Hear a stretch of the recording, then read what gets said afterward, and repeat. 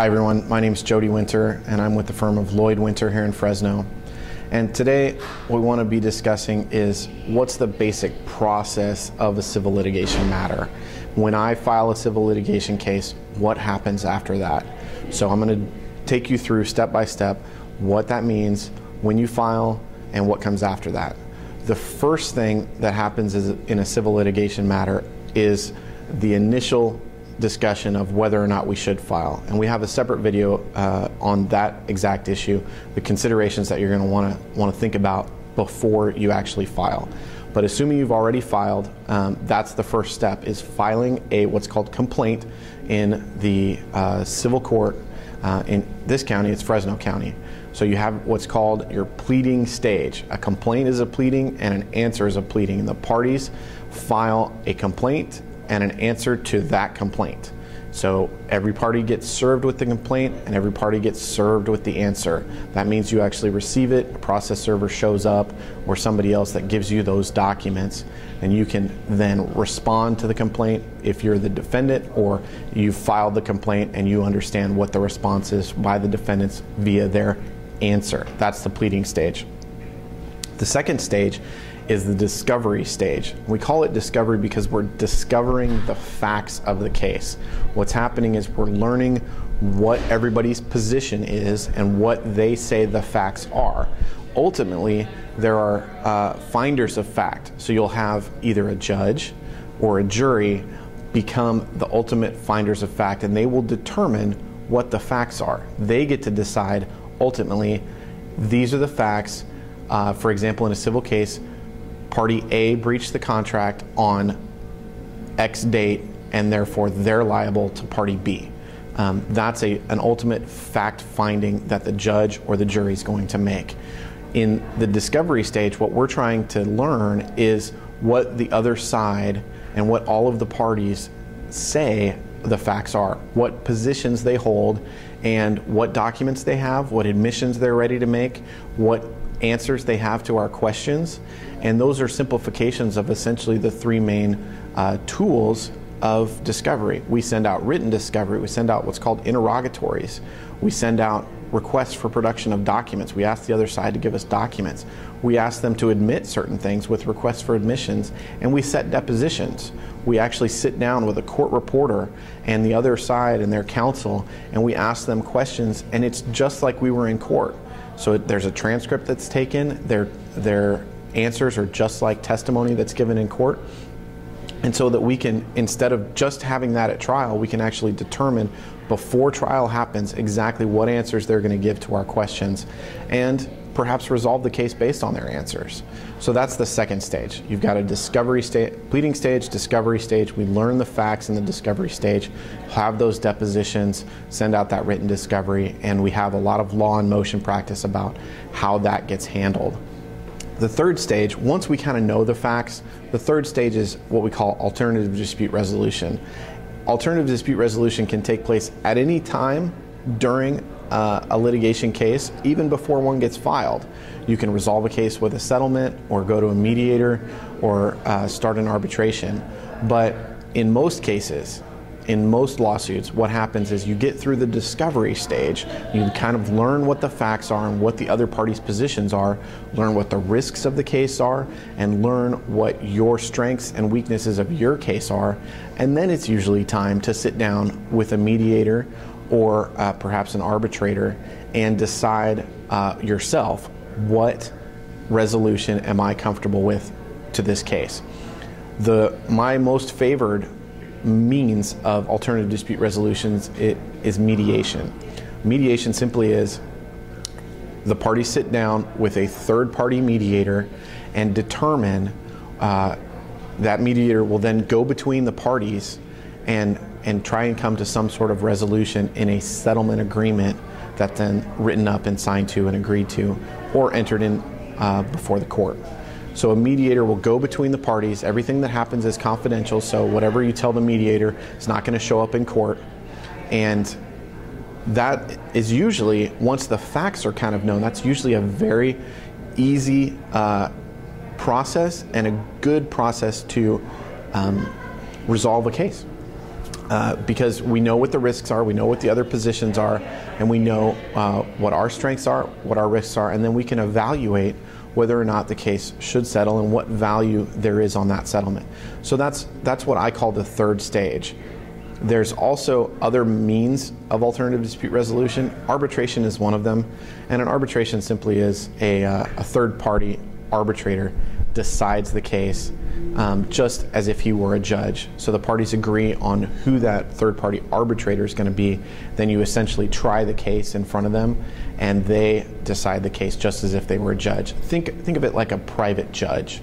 That's really what an arbitration is. If you don't resolve the case through alternative dispute resolution, then you'll go to trial. So that's the next step. We've gone through the pleadings, we've gone through the discovery, we've perhaps gone to some sort of alternative dispute resolution or tried to resolve the case through counsel discussing it, and we haven't been able to resolve the case. If all of those things happen, then we go to trial, and trial is trying the case in front of the judge.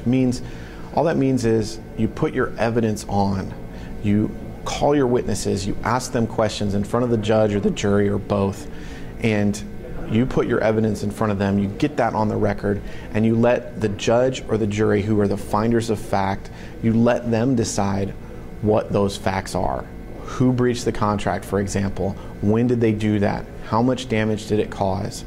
And those are, a trial is the system that we have in the United States for resolving these conflicts. If we didn't have that system, we wouldn't be able to resolve conflicts in any reasonable fashion. And our system is the envy of the world, believe it or not.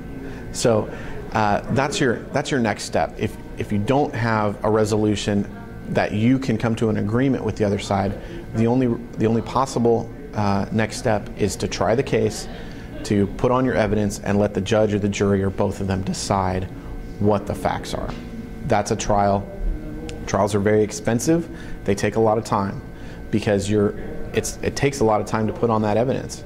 It takes fees. You have to pay for the jury, and that means just in attorney's fees and costs alone, you're having a lot of expenses to put on your case and get what's called your day in court.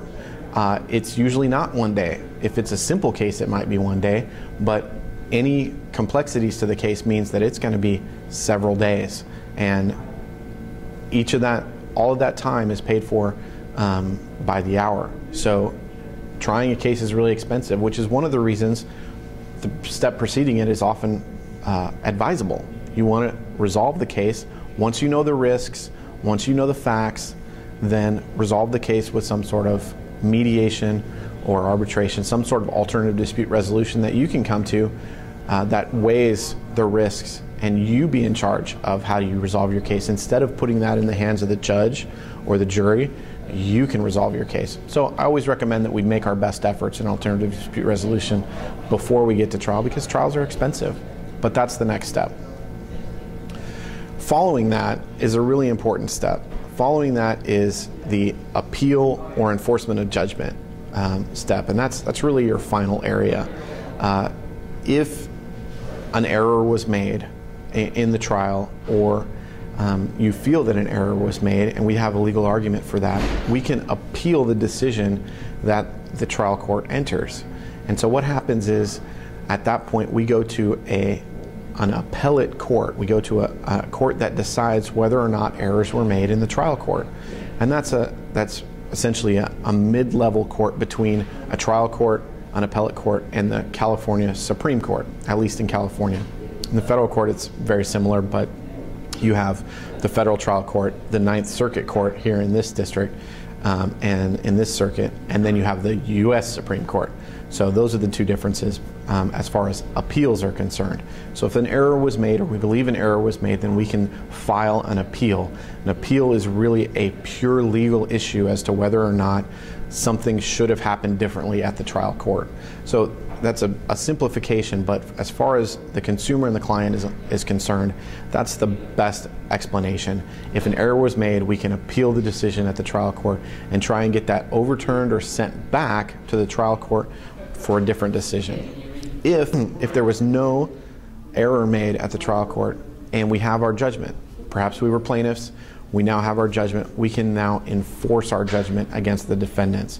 And that is essentially an entire area of law in and of itself, because what needs to happen at that point is we need to find out from the defendant who has become the debtor where he banks, what accounts he has, what wages perhaps we can garnish, what property he has that we can force the sale of in order to get that judgment into the plaintiff's hands. And that's an entire area that becomes very, very important when you consider this. In a bankruptcy, judgments like that are often wiped clean and made null and void. So if the defendant is not worth enough to pay for the judgment that we're seeking, oftentimes we need to know that back at the beginning, at the first step, before the pleadings. We need to analyze how likely is it that this defendant is going to be able to pay for the judgment that I'm seeking. So as we get to the end of the steps here, into the enforcement of judgment and the appellate step, which is our final step, it brings us full circle back to whether or not we're going to file that initial pleading. Is the defendant worth it? Does he have the money? If he doesn't, is he working? Is he going to continue working? Is there some way we can garnish the wages? If we do, how long is it going to take before we get that original money back? These are all questions that you need to discuss with your attorney and that I discuss with all of my clients before we ever file litigation. So as we talk about the enforcement of the judgment, what we don't want is to spend attorney's fees with my office that you're then not going to be able to recoup, and then you're going to get a judgment that's not worth the paper it's written on. I try and avoid that with every possible turn. What we do is we analyze at the beginning the defendants. Sometimes we even do asset searches to determine whether or not they have assets or property or that sort of thing in order to determine whether that defendant's worth it in pursuing litigation. So those are our steps. We have the original pleading stage, we have the discovery stage, we have the alternative dispute resolution stage, which can happen throughout the entire process, but I recommend after the discovery. We have trial, and we have appeal and the enforcement of judgment stage. If you have any questions about this, please don't hesitate to contact me. I'm LloydWinter. My number is 559-233-3636, and my website is www.LloydWinterlaw.com. Thank you.